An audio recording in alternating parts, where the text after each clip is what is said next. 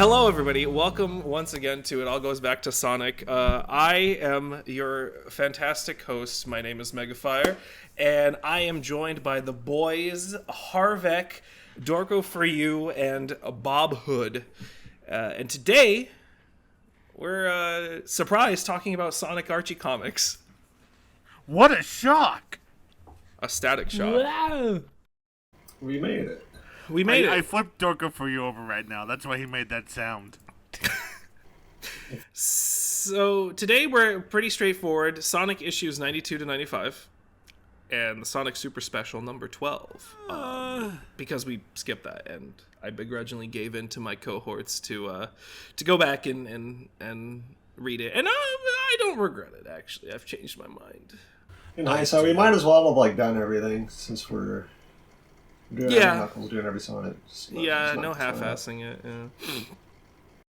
I won't bother asking you guys how you felt because I don't want to hear it. I want to just dive in and see how, like, as we go, I'll gauge. It'll be an ending thing. You know what? I won't set myself up for disappointment. Like, I straight up forgot we had some delays, and I kind of forgot what happened, so I won't remember the answer to that question until I go through my summaries here. So exactly. So let's kick it off with 92, Sonic the Hedgehog number 92. Alright, so the ships that arrived last reading session and the meteors turn out to be piloted by Overlanders. Ship sails in the morning. They spot Sonic, but before Captain Kintober can do anything about it, Eggman's brother, that I believe this is, my notes don't specify, but correct. I think it's that guy, yeah. I'm remembering now. A combat shows up and attacks the Overlanders. Sonic saves the day. Meanwhile at Knothole, people wonder about the missing sword of acorns.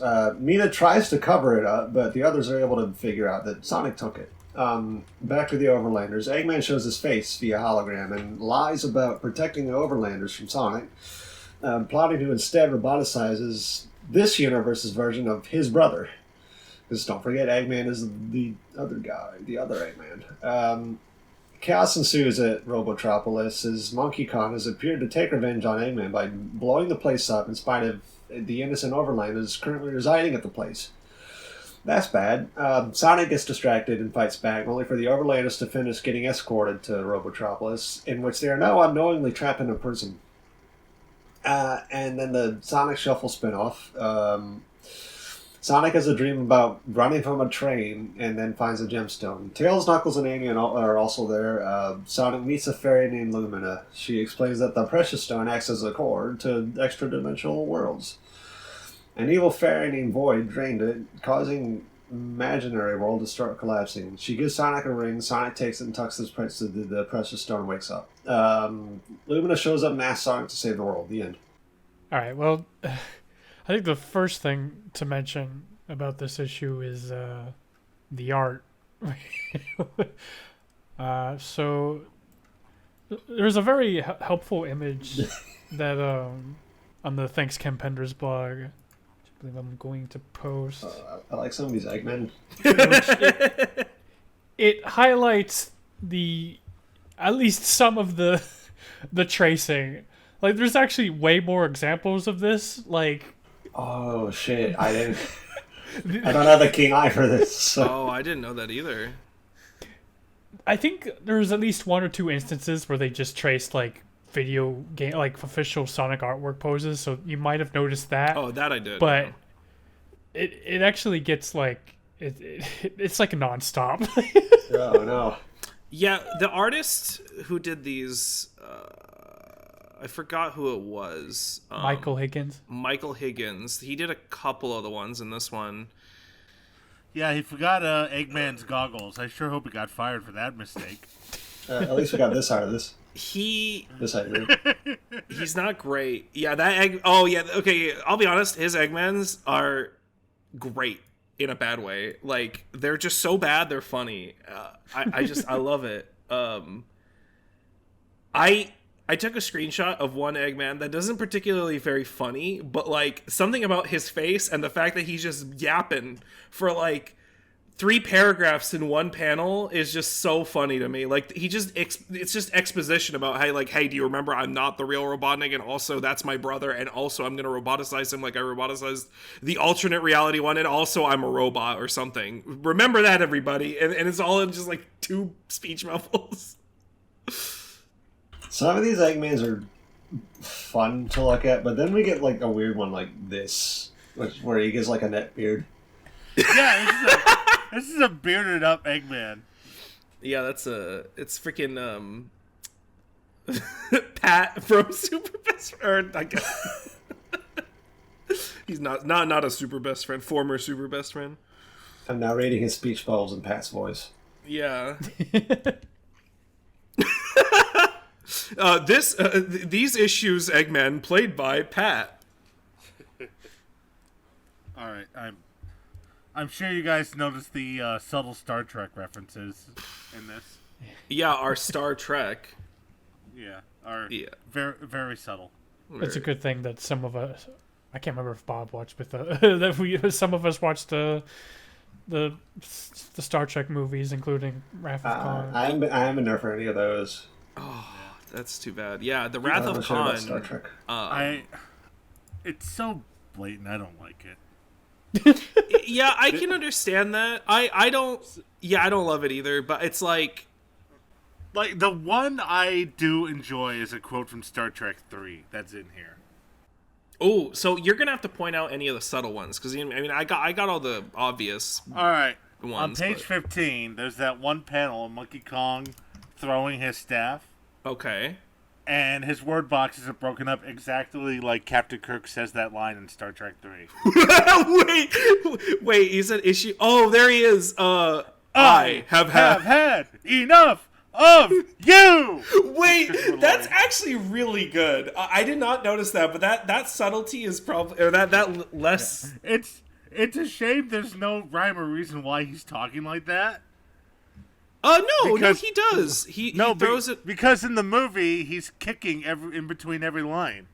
Oh, I guess that, yeah. And also, I don't. His staff. I was gonna say I think it makes sense because he's annoyed with like Sonic, but then he threw the staff, but it doesn't actually.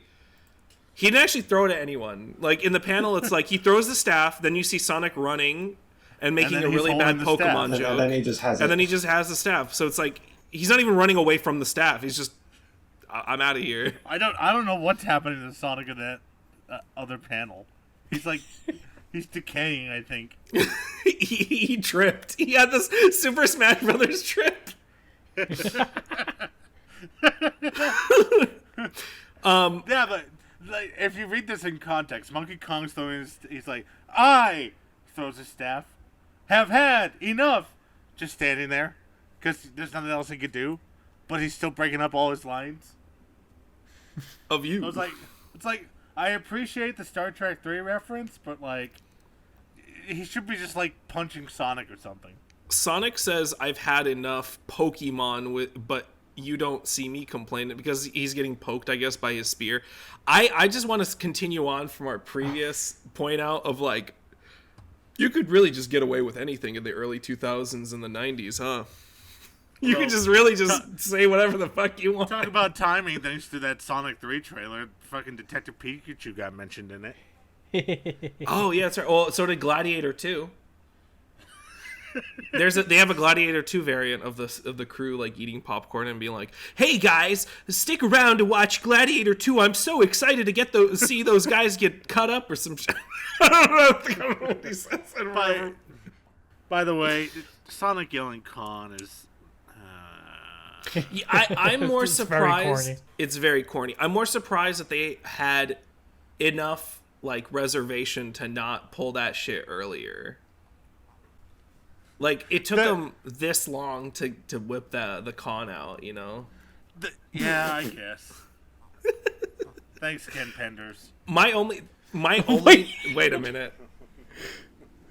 That only makes sense if you're saying thank you for not doing it, but I don't think. Unfortunately, this is a Carl Bowler's one. Oh. It's surprising, I know. My avatar works so well for that. I don't want to talk shit about Bowlers because I'm coming to like really appreciate his work more on this reread. The story itself isn't bad. It's the everything writing. It's everything around the story. The plot's good. Well, the plot's fine. The writing is fun. Is just funny in some places. I my only note about like this whole section was just Monkey Kong really pulling some L's to here. They just kind of like, I feel like Carl Bowlers tries to like salvage some of the characters, but then it's like I feel like Monkey Kong appears in this one, and I'm like, man, what happened to your previous entry was so much better for you. I feel like if they were gonna do the Star Trek references, they should have just gone all in. Just say screw it. Just reference everything Khan does in Star Trek. I think that the original Star Trek crew should have just been part of the Overlanders, just getting background characters. Yeah, sure, yeah. Just put Captain Kirk there. Why not? No reason we have Spock here now. Also, I want to note something, which I think actually, I think they've already screwed it up with some of the art. If you remember, Overlanders was supposed to have 4 fingers, and in some of these shots, they do, but in some of them they forgot and they drew a 5th one. The most like obvious notable one is the one where that Robotnik face is from, and he's just saying, "Fear not, the Protector bots," and he's like, "Please listen to my brother Julian," and he has 5 fingers when he's like holding his hand out. He was so surprised he grew another one. Oh, dude, space was wild. I mean, it's kind of tough to say because it's like we already established, like, oh, this artist is no problem with tracing, so I don't know, man. He probably traced from something, yeah. This guy, yeah, this is not a good artist. This is one of the ones that I remember, like, this is like a consistent, like, gripe of mine. I think I do remember, like, one of the other examples is, like, I was, like, skimming through it again. Like, there's a part where Sally's talking with her mother, and that's traced from an earlier issue where she was talking with her brother.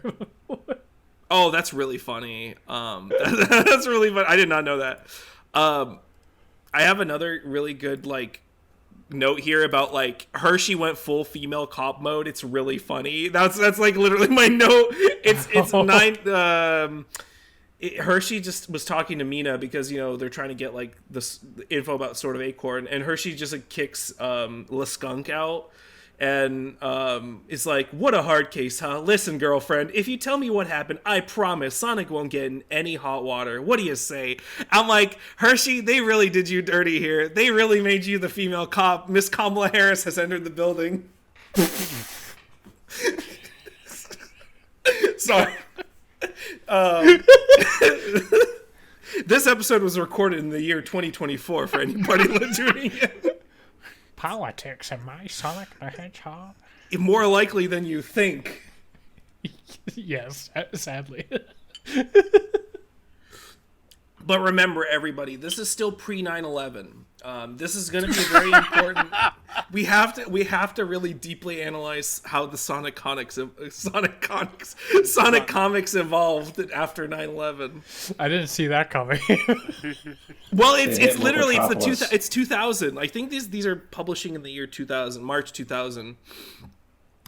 I'm scared if Ken Penders is going to get any poorly thought out ideas, but we'll find out. Tails, watch out where you're flying. You're gonna hit Eggman's tower. Tails, watch out, you're gonna crash. Ah! Mr. President, Tails has hit another. The first one was Eggman when he launched his nuke that didn't detonate. The second one was Tails trying to intercept. God. Ladies and gentlemen, and all others, this podcast was recorded in the year 2024. It is not too soon anymore. Hey, you're going to hell. I didn't say anything. I'm kidding. I made one joke. I made one joke. All right. All right, but Sonic Shuffle. I wanted to just quickly mention something here.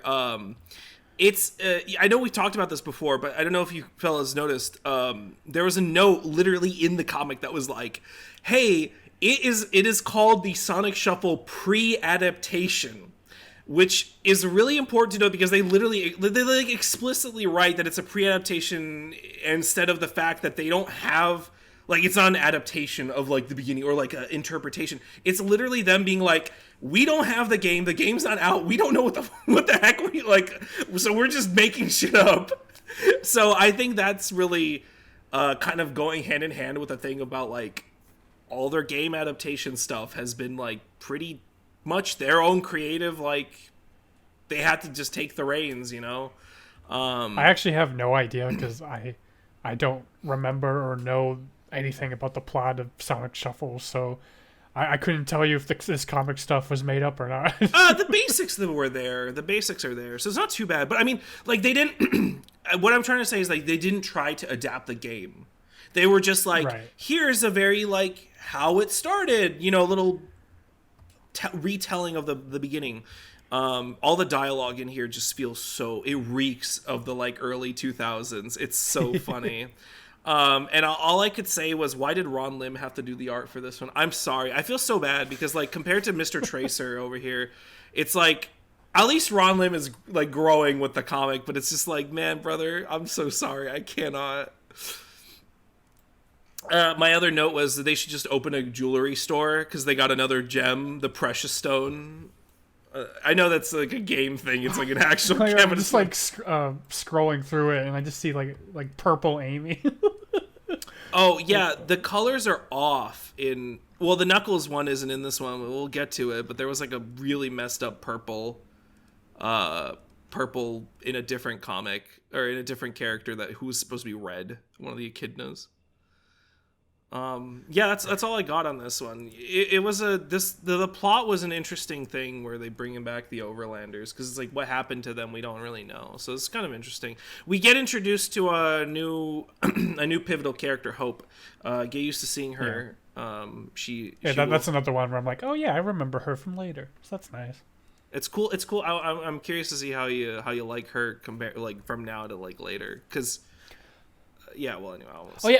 That also reminds me that I was kind of surprised. I guess because like, I don't know, like you know, I'm reading like later comics and whatnot, and like I see Hope, and I'm like, oh, that's like another like blonde little girl like Maria, and then I'm like, wait, I guess she came first. She did. All? Yeah. Well, so like, wait, when did Sonic Adventure 2 come out? 2000? This calls for a quick Google search. 2001, so yeah. Oh, yeah. Sonic Adventure came after 9/11. Stop. You need to be stopped. Listen. It's time to stop. Oh, June 2001, yeah. Well, maybe they delayed it because of 9/11.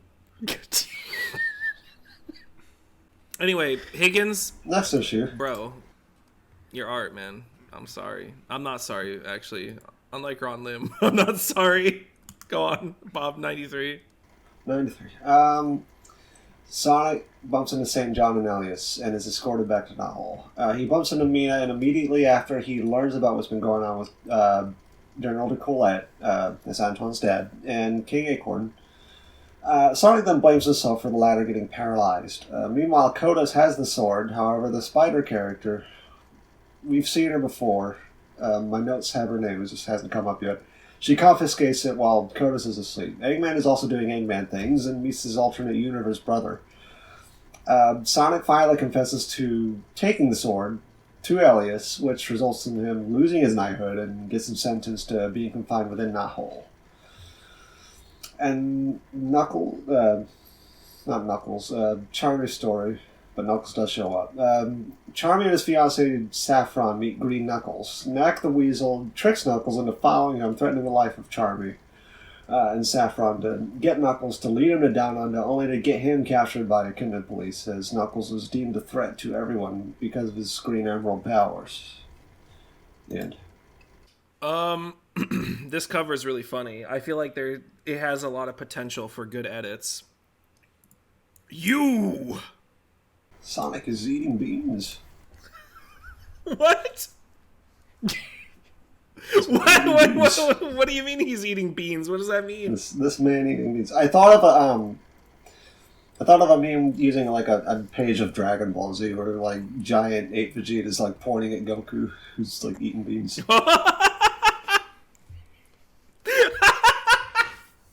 Thank you, Bob. The boys at 3 a.m. looking for brains! I'm glad somebody thought it was funny. I love the that we finally have, or we switch immediately to a better artist for this one.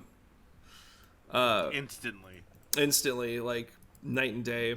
I love oh god, the lion guy. Kodos. Oh my goodness gracious! I had to be reminded of this podcast. Yeah, I don't know how I knew that. I'm slowly molding you into my I'm getting replacement. good at this. Kodos's faces are really good in this issue. I started taking a bunch of screenshots. I realized, wow, I have like 5 screenshots of Kodos, and I'm like, this is too much. You just go check out this issue because there's some good Kodos faces if you're a Kodos enjoyer. All 2 of you out there, you know who you are. I like this hope face a lot. It's a very, very good hope face. It's just in the background. It's very something I subtly noticed. I like this Knuckles. I hate you. That was one of it. I'm like the jolly green Knuckles. I'm like, wow, great art, fantastic, and then this Knuckles appears. Can we talk about the realistic photography in the background? Yes. Let me. Let's get. Oh yeah. Okay. Go off. It's. Also, why does Knuckles have knees? Because it's that one artist who likes to draw him like a human. He's got like weird, thin, muscular, but like thin limbs and like a potato body. There's a term for that, right? Like it's some kind of twink alternative. Muscular twink. That's not a thing. No, it is. It is. I promise. I don't know. All right, all of our gay fans, please tweet at us what it's called. Just the gay ones, though. Just the gay ones, though. The ones in that community, preferably. If you're straight or bisexual, get out of here. Yeah, you can't partake. Okay, so yeah. Okay, going back to the Sonic story real quick. I really like this panel. This panel is really good for me. I don't know why. I remember this panel. I have a screenshot of this exact panel from my like initial read through of this comic from like 10-15 years ago or something. I don't like it's pretty crazy. I don't know why. It's always stuck with me. Sonic's character really inconsistent writing in these in these issues. I like how Carl Bollers took Sonic and started to like really make him think about the actions, like the reaction of his actions, you know, like having him really like face the consequences of them and like reckon with them in some ways. But in this one, it's really bad because he quite literally so he gets back, everybody chastises him. Elias, you know, doesn't punish him on the spot. He doesn't imprison him. He doesn't do all that crap that like he went through before. But he like starts to talk to Sonic to understand why he did the thing, and then Sonic is just like whatever. Like he basically blows him off and he leaves. And then Nate comes and talks to Sonic, and Sonic starts to open up. He's like, well, this is what I did and why I did it. And it's like, oh, I'm a bad guy. I blew off Elias when he tried to talk to me, and now, oh, sorry, Nate, I'm gonna blow you off too, and he just leaves. Like what the dude? You can't have your cake and eat it too. Like, dude, don't. Dude. He's just. It's like. I like it. It started well where he like realizes I've been a dick. I did this. I should just come clean about it. And then he's just like, instead of like telling Nate this thing, he has this epiphany of like, I should just go come clean.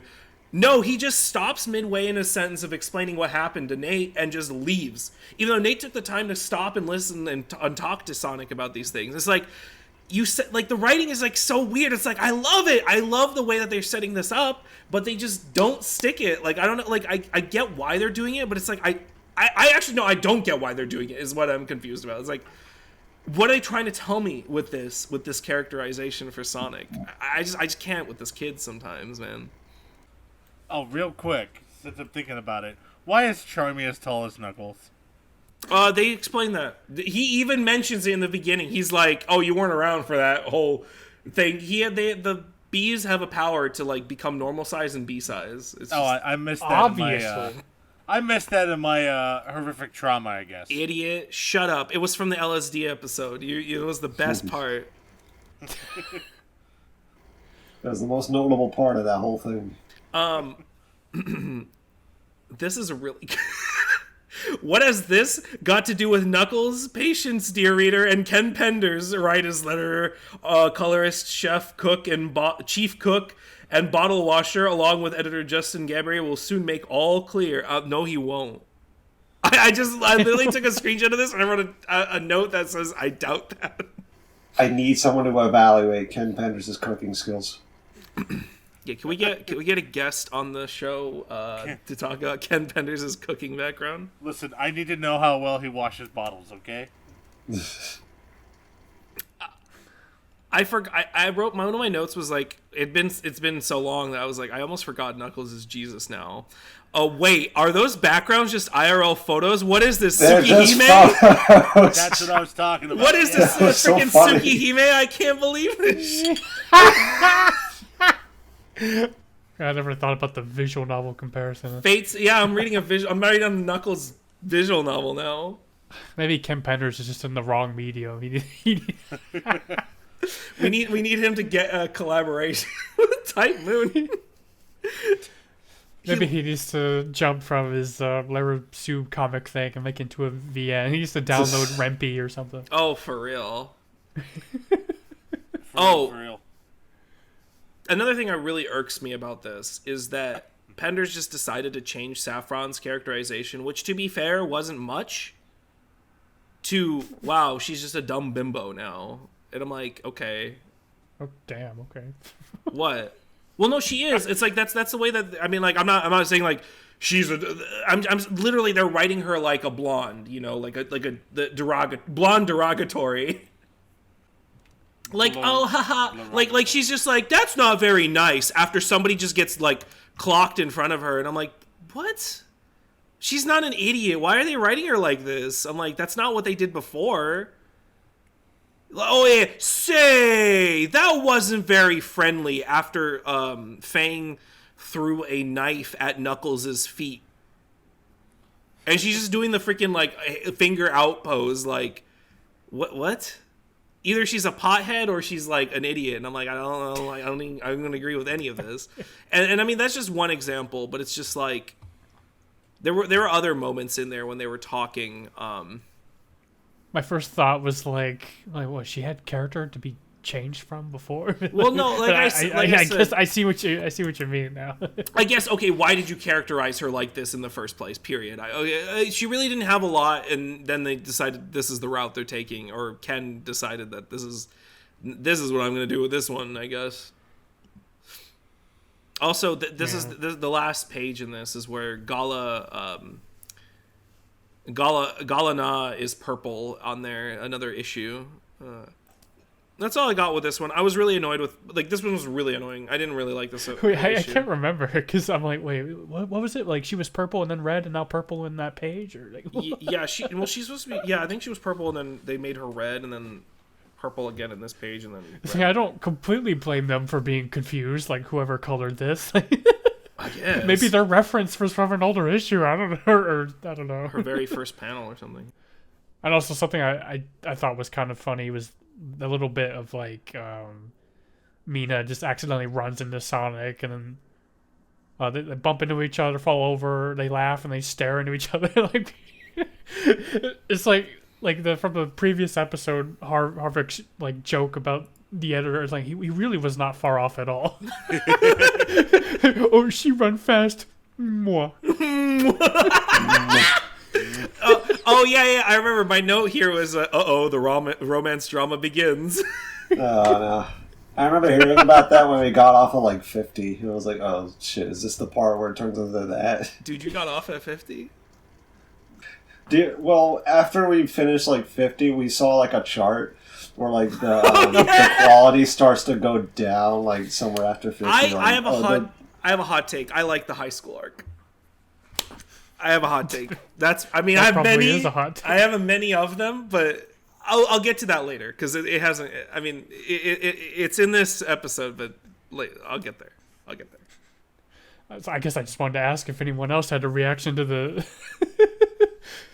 fucking I'll just read it, I guess, with Jeffrey of being like, oh yeah.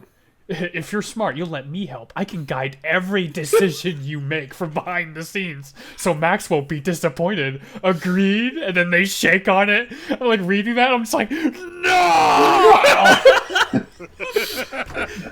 I did have a note about that. The Lestink power play. Holy shit. The Lestink. Oh man, yeah. This my is man's just taking over. Yeah, the shadow government, brother. I love it. A cloud hangs over the acorn line. Oh wait, that's just Jeffrey's stick. Oh, man. Some really good Elias art in this one. There was some really good ones. I liked a lot of the way they drew his face and his poses. Man, it's so bad. I'm like looking back at some of the Knuckles stuff with the real life photos, and like I think this one probably takes the cake right here. Like both from the art of all the characters on screen, but just like they're not even standing on the ground; they're like floating above it. Yeah. There's no shadows or anything. It's just. What happened? It's just somebody's big. Someone took like a big photo of a forest and then zoomed at the fucking, and that's our background here. That's why it's all blurry. When I read this, I don't know how to describe it. I just kind of like I was like reading the dialogue and whatnot, just going through. But now I'm like taking a moment to really look at some of these panels. I'm like, this is this really is something else. Here, I pulled this right off of things. Appreciate your humming while you're reading. Bum, ba, ba, dum, ba, dum. Me reading my Sonic comic. Bum, ba, dum, ba, ba, dum, ba, ba, ba, ba, ba, ba, dum. Okay, can we keep going? Yeah. Let's go to 94. 94. Yeah. A little over 6 weeks after the events of 93, Knothole has a new high school. Eggman, pretending to be Julian, the other Robotnik, meets up with Colin and some other Robotnik relatives. Eggman takes notice that Snively broke curfew. And then on the first day of school, meanwhile, Sonic and Tails wake up to an earthquake. We are shown some feet pics, and our heroes save some folks from getting hurt by the debris. Meanwhile, Eggman meets with Snively in his cell, offering to kill Colin if Snively swears loyalty to him. At the school, Tails goes looking for his backpacks and bumps into a Thayer. He gets teleported away, and the story ends with the first day of class. Some details including Bunny appears a bit upset to see Mina. I didn't summarize anything after that. I don't remember the details. And Sally is at the castle getting private school, so she's not with the rest of the high school people. And then the next Charmy side story, Galana, the Echidna, starts siphoning energy from Green Knuckles. Charmy and Saffron hijack a computer, causing the flow to reverse and break him free. Broly then leaves, as his captors assess that their situation has only gotten worse. The end. I'm going to start off with a really good fun fact here. It's about the cover of this issue. I remember back in the day on forums and stuff, I was reading and found out that there was. I always found that something about the cover was a little weird. When I first read it, which was Mina completely being off kilter in terms of art style, like compared to everybody else. And I went back onto the Sonic Archie wiki, and I found the original, because some of these. So I haven't been mentioning this because I didn't think it would be relevant. If you care about it, go back through the Sonic wiki. You'll be able to find, if they exist, early covers and drafts. And the draft for this one is pretty much the same, except you can tell there's a couple differences. Well, no, there's just one really big difference, and that's Mina. She looks like the normal art style, but they decided to change her. And the reason was because at the time, I wish I'd saved the source, but there was like a Wayback Machine thing of like an interview with... I can't even remember who it was with, but it was one of the people working on the comic. It wasn't any of the big names on the cover, but they were saying like the idea behind it was they were trying to pull. This is the whole cover in general, not just like the way that why they changed Mina, but they were trying to pull in new kids like into it because not just new kids, because it was like here's Sailor Moon and like Hello Kitty, Sanrio stuff, which was really popular with children back then, but also bring it into this high school setting because of the fact that it's like, well, a lot of our readers may have started reading this, 5-6 years ago, are probably in high school now or in middle school. So there was like a lot of stuff happening in the background where this decided to go in this direction. Not a writer's decision solely, by the way. How do you do, fellow kids? Here's Sonic the Hedgehog characters and Mina from the How to Draw Anime book. Yeah, yeah. Also, she has 3 fingers and Sonic has 4, by the way. She has 3 fingers on one hand. Yeah. She lost. Other than that, the covers have been on point so far. Yeah, the rest of the cover is good. I like this cover a lot. Yeah. I think the Sonic is drawn pretty well in Tails. Hell, I even like Mina's outfit. I wish that she was drawn coherently, like with the rest of the style. I guess I don't know. Like, I was just like laughing, thinking about like, yeah, like obviously like trying to do the anime appeal and get new readers and whatnot. But I'm just thinking about like, they're like luring in like new kids, unsuspecting, and then they open it and get Ken Pender's writing. Like, oh, those poor children. Think of the children. They're trying. I must introduce them to politics now. Not like this. I love that Tails is colored so inconsistently between yellow and brown. We're gonna standardize to yellow and like pretty much with no notice, but like. Are you still doing the foot counter, by the way? I lost count a while back. You but I did note that. Yeah, there was two fresh feet. Fresh feet. I love that Sonic has a scooter. I'm sorry, this cover is great other than Mina. I do love he has so you say what you want about me, but he has a Casio wrist audio player 1, I think, on his, because I did not have one. My dad had one. And it's like it looks just like it. I don't think I saved a screenshot of the Casio, but look it up. Casio wrist audio player, either 1 or just normal, just wrist audio player. It looks very similar to that. Also, I like the Hello Kitty knockoff. I think that's like actually just on Mina's dress. Yeah, I like Mina's outfit. It's cute. Goodbye, Kitty. Goodbye, JoJo. I like Bunny in the background. Cute Bunny. Rotor looks so zooted out. He is not excited to be back in school. He has all the social anxiety. Anyway, I could spend an hour talking about this cover and not. But 6.5 weeks later is when this takes place, which is why rapid modernization of Knothole, a castle built in 6 weeks, amazing. And we got to find out what their engineering technology is like. It's very impressive.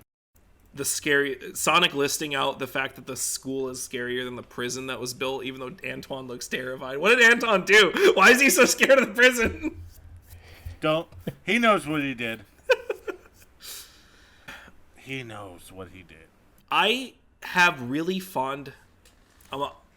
Okay, I said I started this podcast telling them I wouldn't yap so much, but I have to share this. This is another personal thing about this panel. I started reading this comic in like 2006-ish. I don't remember when. I started reading it because I found some issues at Borders, and then I started reading it online because I couldn't access the old issues and stuff. I love this panel specifically. It's Bunny and Rotor playing video games. Sonic and I don't know why I didn't take a screenshot of the whole thing, but Sonic and Tails are chilling on the bed. They're all just doing their own thing. They're having fun. It's very nostalgic to me. When I was a kid, I didn't really have, I had friends, but I wasn't really comfortable bringing them home because I have an immigrant family, and it was really difficult for me to mesh cultures with Americans. And I never got this, chilling with friends, playing video games, or just, reading something while somebody else is doing something else. I never got that. I didn't see that often in media, but for some reason, this specific panel of the Sonic gang hanging out was really, it was really impactful to me. And even looking back on it now, it's I really wish I had this. And it was around this time period when I found forums. I was lurking on a lot of game forums and stuff. The boys were on too. And then I started posting on them more. And it kind of gave me that same feeling. So it was I think about this arc with a lot of fondness in that regard. And I wanted to explain that because I had given my hot take earlier on. And it's I think it's just the idea that Sonic and Co are hanging out, but Sonic is still a hero. He's just limited. And it's it works for me.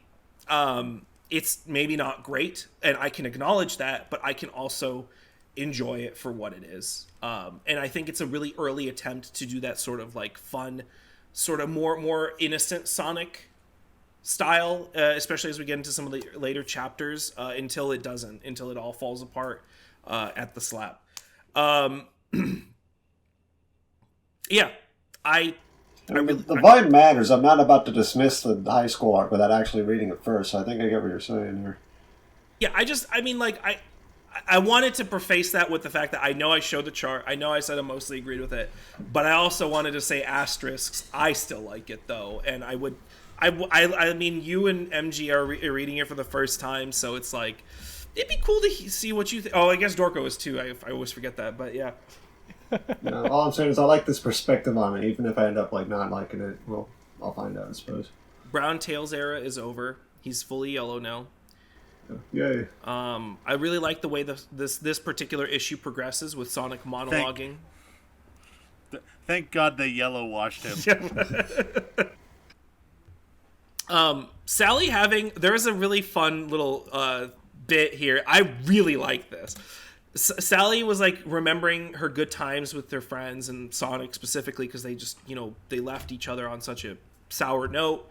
And she pulls out a photo, and it's Art Mowini's art. Literally, it's I wanted to play a game with you guys that was guess which one this is for a little can you guys guess what exact panel from what issue this was? But then I couldn't figure it out, and I was shit, I can't do that. So you failed your own game. I'm trash with artist names, so I don't want to guess that much either.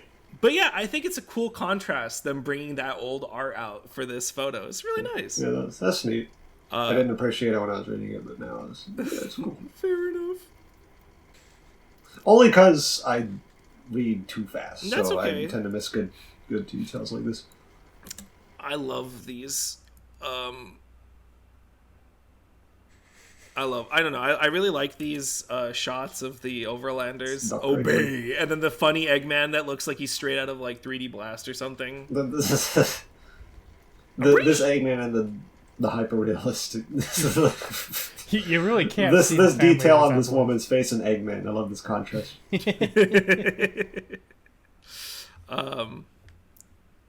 The furries might get in is really funny. Tails does the Bob pose.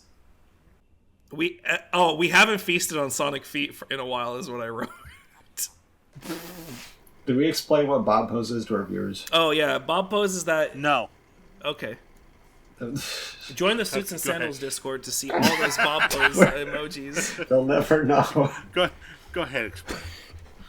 So you know how when you see a character like laying on the ground and they have like their hand on their head and arm doing whatever, and like maybe one leg is crossed. We started calling it Bob pose as a joke because I drew a character doing it once. And he did it in real life too, so now it's official. He's coined it, trademarked. This is mine now. In Sonic's room, when they have an earthquake, Plan 9 from outer space flies off, the script of it. Was Tails writing that? Is that his magnum opus? We just don't know. Plan 9 is the 9th screenshot that I took, conveniently. The only reason I can think this was a reference was because Seinfeld made a joke to Plan 9 in 1991, and I'm like, there's no reason for this should be happening, because like I don't think it gained like that cult following until a little bit later, and this is like 2000, so it's like it's kind of a weird thing to put in here. I like your like big brain like guessing or hypothesis of like they only put in this reference because this other thing referenced it. Like, I recently rewatched Seinfeld like a few months ago, so I'm like, I remember the Plan 9 jokes in Seinfeld, but that was like 91. Why are they putting it in here? watch the Seinfeld rerun. They were watching Sonic and Tails watch Seinfeld before they go to bed. That's my headcanon. I don't know why I said this, but I have a note of this screenshot that just says, "This is what I live for." Oh yeah, everybody's outfits are really funny. I love this. This is so dripping late 90s, early 2000s. Rotor with the beanie hat that's too big and the chain and the puffer jacket. Oh my goodness. Oh god, I love Sonic coming in with his shades. Oh, I love the shades. guys should Tails, visit where's your a- drip? These guys should visit the doctor. It seems their mouths are dripping out of their mouth. I'm about to drip. their jaws. They got drip all right. Their mouths are going to fall off. They need to stop them. They're melting. That looks fun. I Yeah. do like Rotor's outfit. I took a lot of screenshots on this one. This is man, just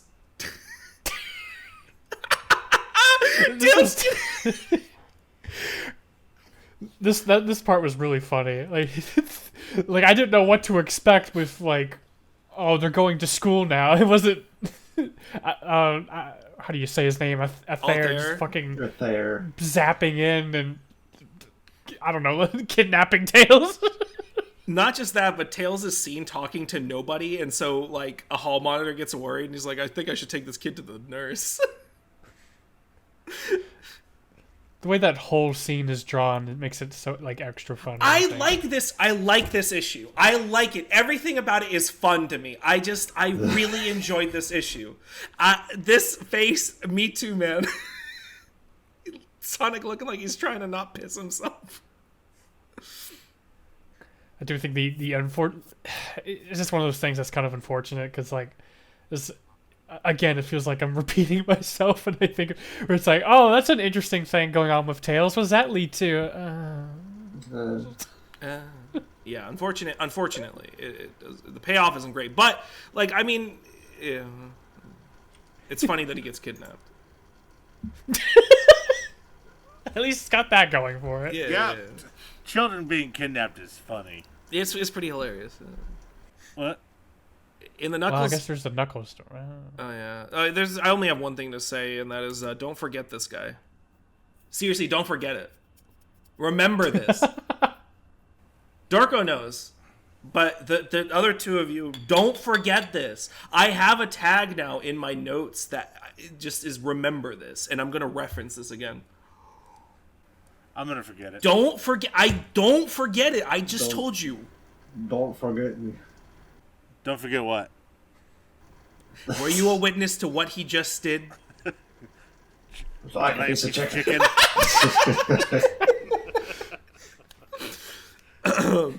Anyway, that's all that is a joke and a half for us right there. When I said I had a very bottom heavy amount of stuff to talk about, it was 94. I love and 95 too a little bit, but 94 is I really wanted to share that. I really like the vibes. I enjoy the fun. Except Knuckles is there, unfortunately. So it just kind of cuts into my fun, but that's all I had to say on 94. I fucking hate Knuckles. I just can't get a break. It's tough out here for us Knuckles enjoyers. 90. Knuckles is cool. I like him. 95. 95. Good. 95. The school day ends. And Sonic wants to meet with Sally, only to find that he has to make an appointment to do that. Snibbly meets his father. Kodos wakes up to find out he lost the sword and goes berserk, and then gets chased out of Metropolis by SWAT-bots. Sonic goes home with Tails' lost book bag in hand and not knowing where Tails is. Later that night, Sonic goes sneaking out of Knothole to save the Overlanders from Eggman. Bunny catches him on the way out, offering some help. As they arrive, they notice some sounds going off in the forest. They believe it to be Eggman's doing, but they find out it's just Kodos and the spider getting into a fight instead. Meanwhile, Eggman wakes up Snibbly to show him a robot of some kind, and before we see what they're up to, we see a kid Overlander going to her grandma for comfort. Her name's Hope, right? That's Hope. Yep. Mm-hmm. That's Hope. She's freaked out over seeing a roboticized Mobian. And then they go to sleep. Sonic fights Kodos, Bunny gets hurt, and then Sonic tells her to leave to Knothole so he can handle it himself. Bitch. Koda, yeah, ouch. She was kind of a dick about it. Yeah. Kodos leaves to find the Sword of Acorns. As Sonic monologues about Kodos' apparent state of delirium, he goes searching for him, then narrowly dodges getting ambushed and backstabbed by Zax.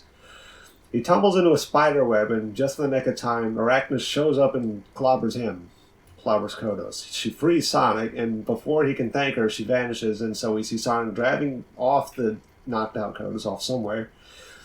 And we see a shot of what I think is some eggs and webs. And then the next Knuckles part, Knuckles rises in pain on a snow mountain. Tails finds him. Aether explains he's going through the process of evolution.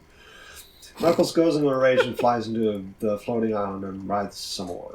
Tails wants to help, but Knuckles uncontrollably knocks him out. Elsewhere, Tails' Uncle Wizard places him into bed so he can get some rest. Then he and Aether have a conversation and go off about Tails' destiny to save the world. The end. Out there, important to note that his uncle gets pissed out there, which is one of the best things that was written and very short-lived. Yeah, fuck that guy. Because he's right. What the fuck are you doing? Like this. I like this panel. I like this. It's very fun.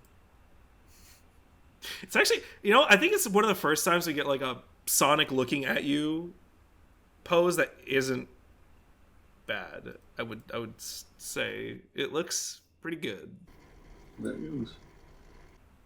Yeah, unfortunately, the plot with Sally is kind of falling flat because it's like Sally just hasn't been around for so long. It's kind of like it's a pretty decent driver for tension for Sonic, but it's also kind of like Carl wasn't done fixing Sally for this to be good enough. Yeah, I like Snively meeting his dad again. It's so weird.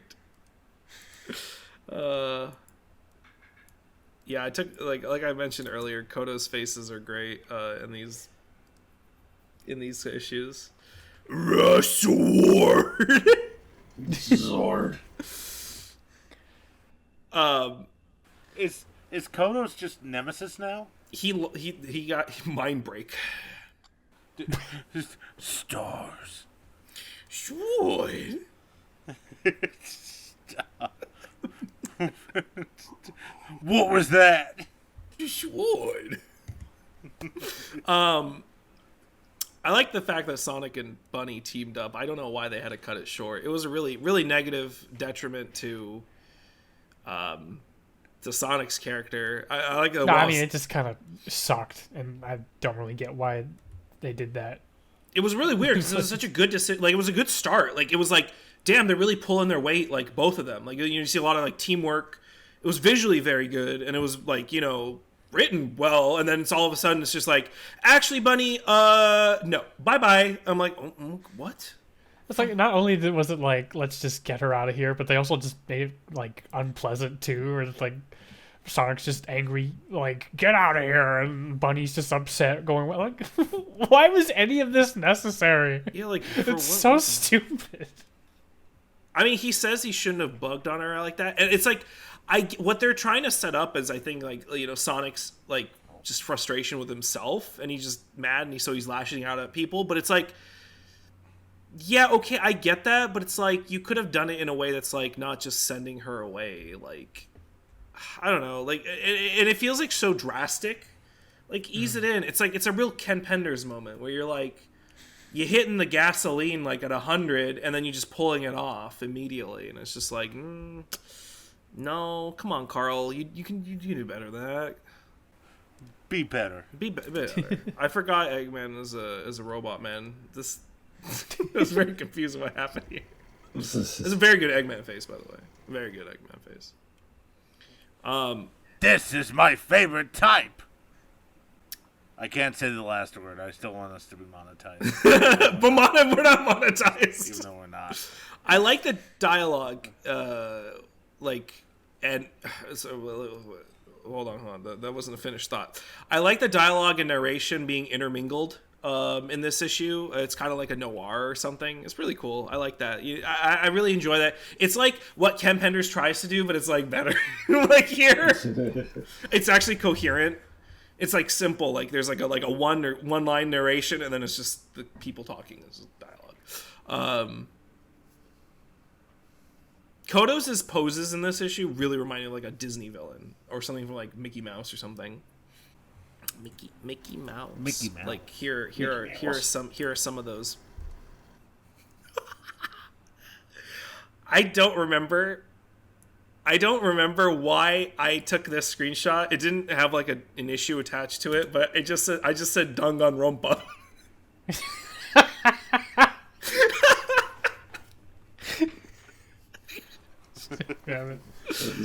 Also, I miss posting this one because all it says is my face on Christmas.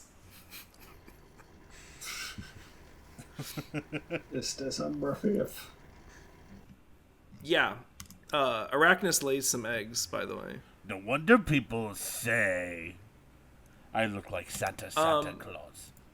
I do want to say in general that I think this Eggman plot with the Overlanders is something that's interesting, and I didn't see coming, I guess. I'm like, oh, okay, but there's a couple of things I'm a little scratching my head over, I guess. Or like, one thing is like, I don't quite remember the deal with Eggman's brother, and I was trying to like refresh my memory a little bit. I'm like, he like sentenced Eggman to like 10 years of jail, and like, I don't remember, but I feel like I remember him having this vibe of I hate my brother. He does. So it's a little strange going into this story, and it's like he seems kind of chill, like, oh hey Eggman, bro. Well, yes, but he so what happened is he sends him to death, and then his convoy was attacked by the during the war by the furries, and so I guess the assumption was that like Eggman perished in that attack or something happened, and then they escaped. It's apparently the thing is after the war the Overlanders left to space to travel the stars or something because they just really couldn't stand being with the furries on the same planet or something. Yeah, so it's like, I guess the idea is like, oh, I didn't know you were alive, and it's also been like 10 years already or something. Like it's been many years because it's like Sonic and gang were kids, and then they grew up, and now they're like teenagers. So it's like probably been at least 6. I guess that's one possible explanation. I do like the plot. I'm happy to hear you say that because it does lead into some really interesting things later on. And it is kind of like, it's a good way to occupy Eggman without being like, why isn't Eggman here? You know, and it's like, it's not just like some filler stuff. It feels like there's like some stuff happening that's like really interesting. So, you know. Anybody else have anything to say about 95? Otherwise, we can move on to... No. I think we can move on to the super special, number 12. I'm ready. Okay. All right, this is actually a big summary, so buckle up. So Sonic and Knuckles have woken up from comas to find that their minds have been swapped. This is the plot of the combined forces of Robotnik and the evil robot echidna. Just as I was getting good with names, I don't know who this is. Dimitri, right. By the way, we went backwards to do this special, so I don't remember if this Dr. Robotnik is the real one or the guy who was pretending to be Robotnik and turned out to be the I think one it's from the other it's universe. best to think about this as a like, this happened at some point in the Just, like, in other words, don't worry about it. yeah. Don't worry too much. All right. Anyway. Oh, and it's also wait. There's something really important to mention. This story was written by Bowlers and Penders together. Oh, really? Yep, it's the first one. Oh, yeah. I have that in my notes. Our villains had a plan to capture and kill the two, almost did it, but ended up doing a body swap instead by accident. The Freedom Fighters, on Sonic's side of this story, take an aircraft out of Mobotropolis to find an answer to this problem when their ship is shot at by SWAT bots. They send their ship to crash land on Echidnapolis, where Knuckles and Julisu have also already crash landed. They get shot at and meet up with Sonic and his team. Everybody's fighting some SWAT bots, and then they meet up with our two villains, communicating via holograms. They teleport Sonic and Knuckles to their lair to offer to change the two back, but only if the heroes bring them the Master Emerald. Sonic and Knuckles go to the chamber, coming up with a plan to not give them the emerald so they can... they want the emerald because they want to power up the new Chaos Cannon, by the way, I didn't mention. Anyway, our villains who spy on the two with spy cameras teleport them back as they grab the Master Emerald, assuming them to be delivering it. They bring the emerald, follow orders to place it into a slot under their Chaos Cannon. For some reason, it causes the cannon to backfire, and it turns out that earlier, when the two touched the emerald, it conveniently put their minds back in their correct bodies. And then they lash out at the bad guys, but Dimitri teleports away, and Robotnik is revealed to have been a body double all along, and he blows himself up. Our second story is Sonic meets an alternate universe dimension version of Sally Acorn and is asked to come along to her world to save the day. However, the Zone Cop we've seen every now and then shows up to warn him that she's actually the universe's bad guy and teleports in her enemies, a team of Sonic's anti-fighters. And then suddenly, another emergency pops up in a different universe. Sonic is about as tired of these alternate universe stories as I am about writing their summaries, but as he decides to help anyway because he's Sonic. This time the threat is a Godzilla parody of Bunny Rabbit. He heats up tar on the ground and tricks Bunnyzilla into stepping on it and getting stuck. I'll get to that. I lost my spot. I'll get to that. I lost my spot. Bunnyzilla steps on tar.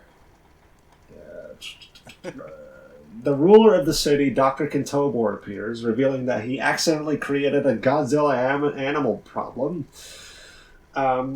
When, in order to test the power of Chaos Emeralds for science, he fires a ray all the way out at the ocean. The fallout affected Knothole Island, turning our beloved Sonic characters into Godzilla abominations. In order to save the day, Sonic pilots an Ultraman robot in the likeness of Dr. Kintobor to retrieve split halves of a Chaos Emerald. Against all the stress of finding mutated versions of his friends, Sonic fights on as his mutated alt-universe dad appears, who has a half Chaos Emerald attached to his heart. Whoa, man, where'd you get that? Sonic manages to beat him, snatch the emerald, and leave. As he departs, alt universe Sonic shows up and grieves over his father. But anyway, later back in Kintopolis, the city celebrates, and before Kintober shows off a robot made in Sonic's image using the emerald, the other emerald half. Sonic leaves back to his home world. He meets up with the Zone Cop, explaining how it feels to beat up his alt universe dad, only to find the Zone Cop is also an alternate Sonic who knows how Sonic is feeling. And he gives his sympathies, and Sonic departs, as Sonic wonders how his counterpart ended up with a job like this, and that's all she wrote. That was a mouthful. Something to know about this issue is that you have to read it sideways, some of it, because Sonic is horizontal. Yeah, so if you were reading it in a real comic, you would flip it from that portrait vertical layout to a horizontal one. It's kind of cool.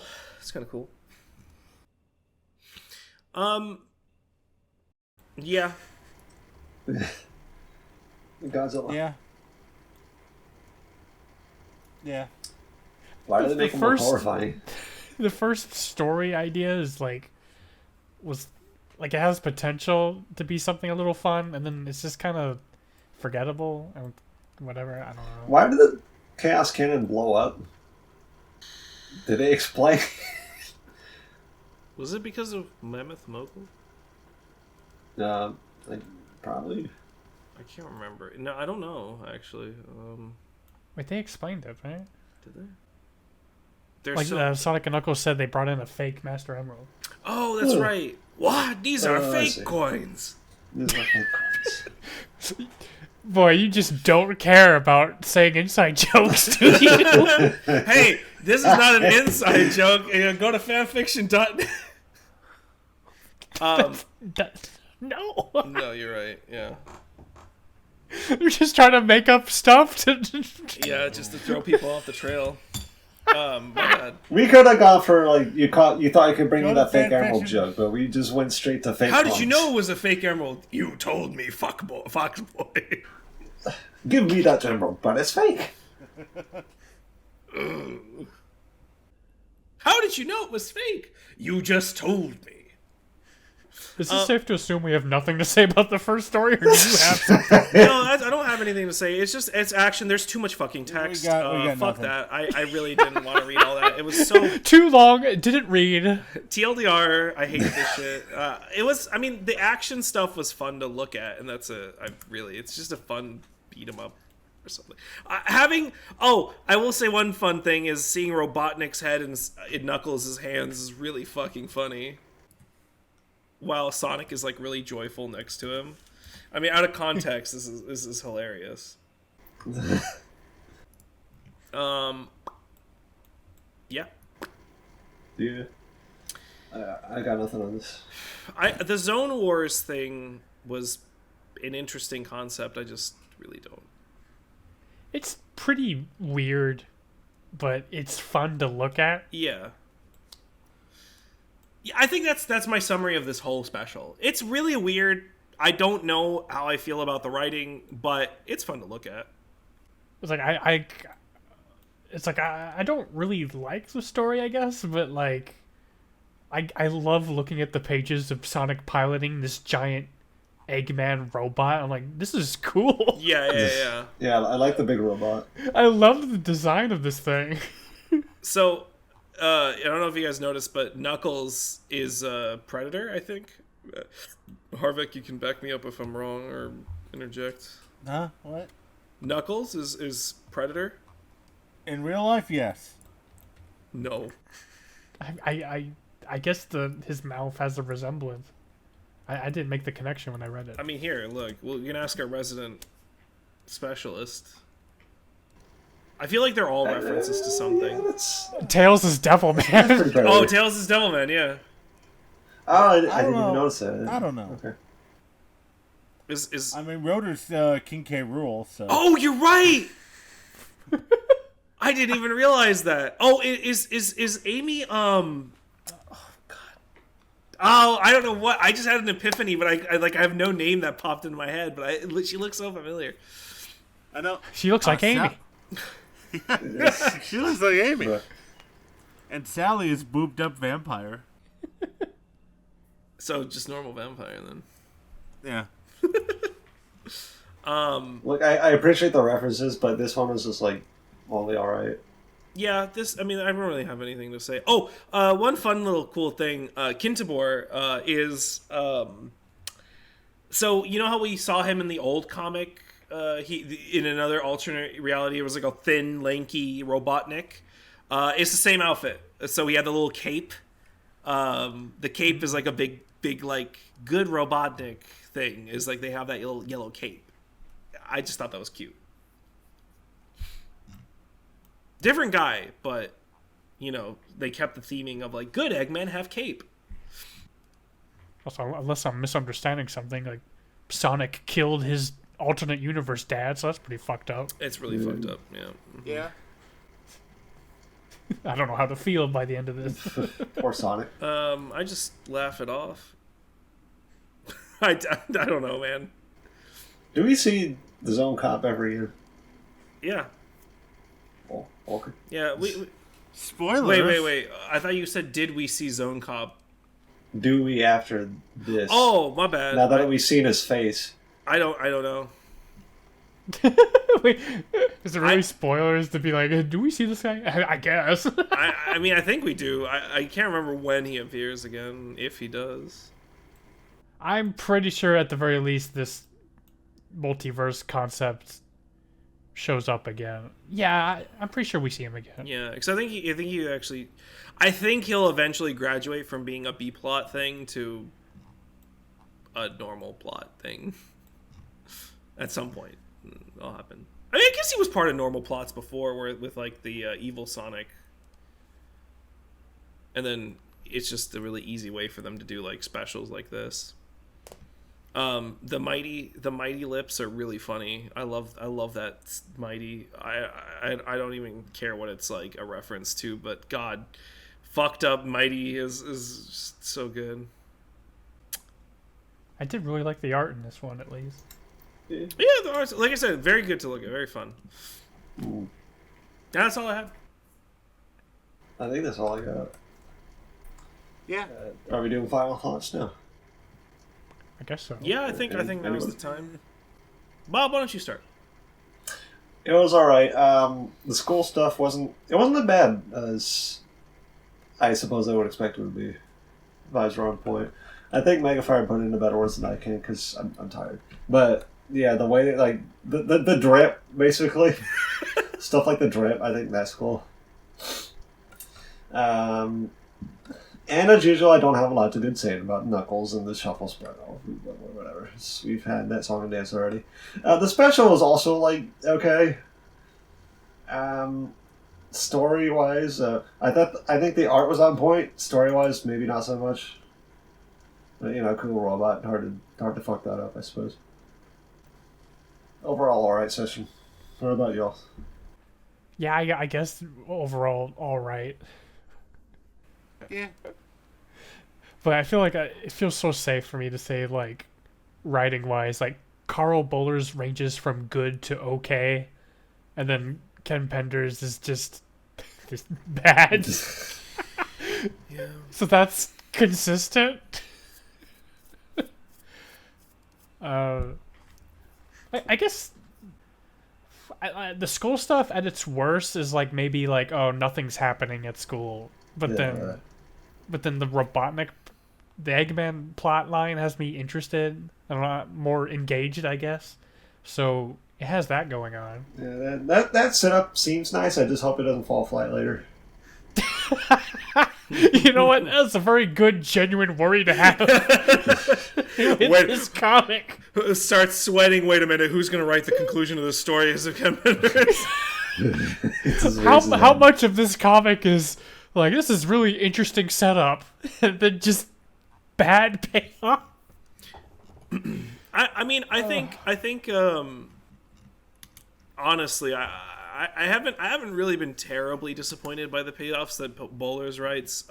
Maybe they're like I think Dorko put it well. Like they're okay or they're good, and it's like I haven't really. I mean, I've been disappointed. These issues, okay, love and hate. Love some of the stuff, hate some of the things in it. Where it's like, man, why did you write it like this? Why did you do this? And I know I know there's a lot of stuff happening in the background. The reason I haven't been touching on this because A, I feel like this is something where it's like it'll take a long time to talk about, and B, I don't have the good evidence to link, and like I don't want to just talk out my ass. I mean, I'll mention to you like if I was like, oh, this is things that I remember hearing or reading about, and I don't have a source for it. Where it's like I know there was a lot of stuff happening in the background in Archie at this time, and even like, you know, sympathies where sympathies are due. Penders had to deal with that too, where there was I don't know if you noticed, but the editor is also credited as the director, and that means not everything anymore is just on the writers. Well, yeah. And it's documented. I don't have the documentation, but the whole high school arc, the whole romance crap, Mina as a romance thing is all because of not the writer, but one of the directors, the editors in this. I don't want to name who it is until I can get substantial evidence. I suspect it's the one that's listed on these issues.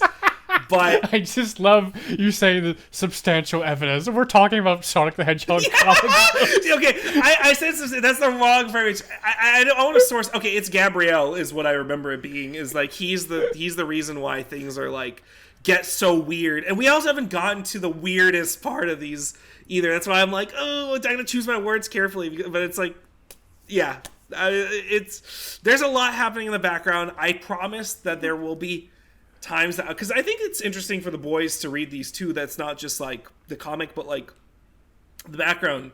And I do have things that I saved way back when we started this podcast. I found like Wayback Machine like articles, the Tales, no, not the Sonic Stadium or something like that. They have like interviews way back from 2001. We just haven't gotten to the stuff that like is relevant to it. Art Mawini had some interviews about this. I have all this stuff saved, but it's like I gotta find a good spot to drop this in because this could take like a lot of time. And it's just like it would be nice to have like a light episode of like maybe 1 or 2 issues, and then just kind of share these with the boys before and have them like read it or watch it and give their thoughts and what happened. But anyway, I digress. It's just it's a shame, but it's also like I'm still having a good time with some of this stuff.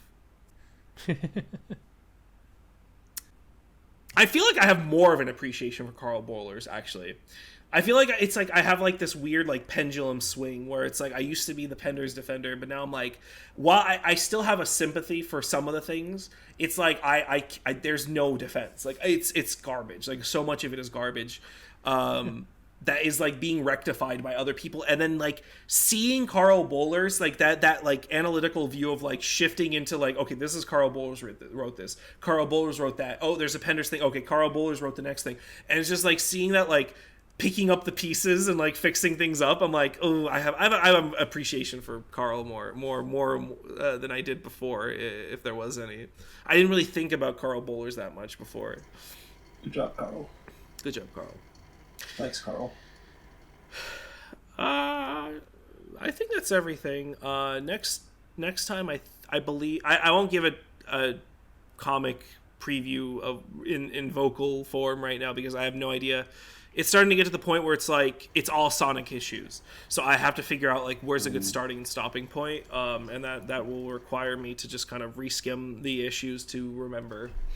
Well, we are getting close to 100. We just did 95. True. Yeah. So 96 through 100, perhaps. 96 through 100 sounds good. I want to make sure that it stops on a good stopping spot too in terms of plot. Like I said, it's all Sonic comics from here. Like for the notable like for until like 200, we're just Sonic comics. No spin-offs, nothing. I think I mentioned this before, but I don't plan to do the Sonic X stuff. I don't think it's not relevant and it's not great either. What happens at 200? At 200, yeah, we die. Is there side stuff we die. get into, or we die? Yeah, This is the first thing that popped in my mind. I'm ready. All right. I've read 200 issues of Sonic the Hedgehog. You can take me now. I was gonna say I think at issue 200 Sonic Universe starts up, but I think that it starts a little bit before that. But so yeah, that's the most notable thing I can think of. Sonic Universe, if you don't know, is like their replacement to Sonic Super Special, where it's kind of like supposed to branch off of the main story, even though a lot of times it bridges into it. And I do have very fond memories of Sonic Universe issues. They're great. They're so good. They're so good. Sonic Universe is fantastic. So much characterization for the friends. That's what it is. Main focus. I mean, Sonic's in plenty of them, and he's sometimes the main focus. But I think primarily it's like, what are these guys up to? Shadow, the Chaotix, Blaze, Silver. All the characters are kind of get spotlighted, and quite frequently too. There was a lot of Sonic Universe. There was like 80 or something. So, Oh, I don't remember. yeah, maybe more. 90. I think 90 or something like that. So yeah, that's all I have. That's all I got. All right, sing us out, MG. I'm still in a dream. Feet eater. All right, with that, good night, everybody. Thanks for joining. Bye. Thank you for Goodbye. tolerating us. Goodbye. I'm sorry.